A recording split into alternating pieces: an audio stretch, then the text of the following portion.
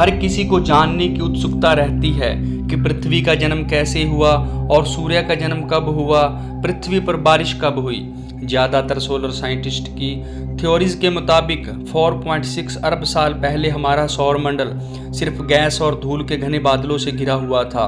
इनसे दूर एक तारा हुआ करता था। एक दिन अचानक उस तारे में एक विशाल विस्फोट हुआ।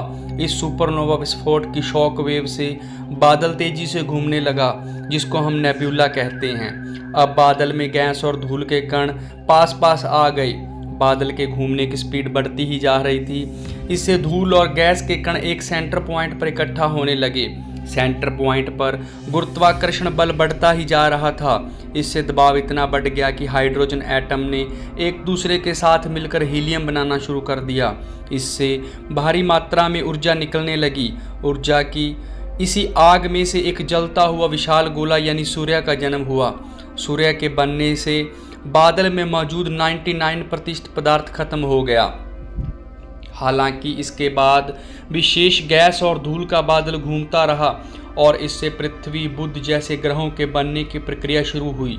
गुरुत्वाकर्षण बल के कारण सभी ग्रह सूर्य के चारों तरफ चक्कर लगाने लगे, जिसे अब सौरमंडल कहते हैं। शुरुआती पृथ्वी में एक और आसमान से उल्कापिंड धरती पर बरस रहे थे।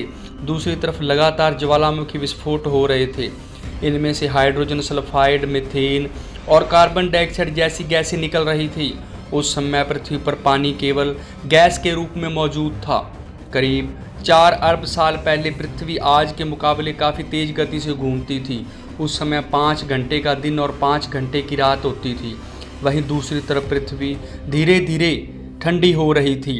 इससे धरती की सतह के नीचे यानी मेंटल सरफेस में मौजूद गैस और पानी बाहर निकलकर भाप बनने लगी और चारों तरफ फैलकर घने बादलों वाला वातावरण बनने लगा। उसी दौरान एक रात धरती पर बारिश की पहली बूंद गिरी। इसके बाद पृथ्वी पर बारिश का ऐसा सिलसिला शुरू हुआ जो अगले 20 लाख सालों तक नहीं थमा। हालांकि वैज्ञानिक बताते हैं कि उस समय पृथ्वी पर सामान्य बारिश नहीं हुई बल्कि अम्लीय वर्षा हो रही थी। इससे धरती धीरे धीरे ठंडे होने लगी, पानी में जीवन पनपने लगा। इसके बाद धरती के सबसे पहले महासागर ने पृथ्वी को पूरी तरह से ढक लिया। कुछ लोगों के मन में जिज्ञासा हो सकती है कि पहले 10 घंटे के दिन और रात होते थे, फिर 24 घंटे के क्यों होने लगे। दरअसल चंद्रमा का गुरुत्वाकर्षण बल पृथ्वी पर एक ब्रेक की तरह काम करता है। इस कारण पृथ्वी के अपने एक्सिस पर घूमने की गति कम होती चली गई। एक रिपोर्ट के मुताबिक पृथ्वी पर 1 अरब साल तक 19 घंटे का दिन होता था। वैज्ञानिकों का अनुमान है कि आज के समय में हर 100 सालों में दिन 1.7 मिलीसेकंड बड़ा हो जाता है। इतनी बारिश से पृथ्वी ठंडी हो गई।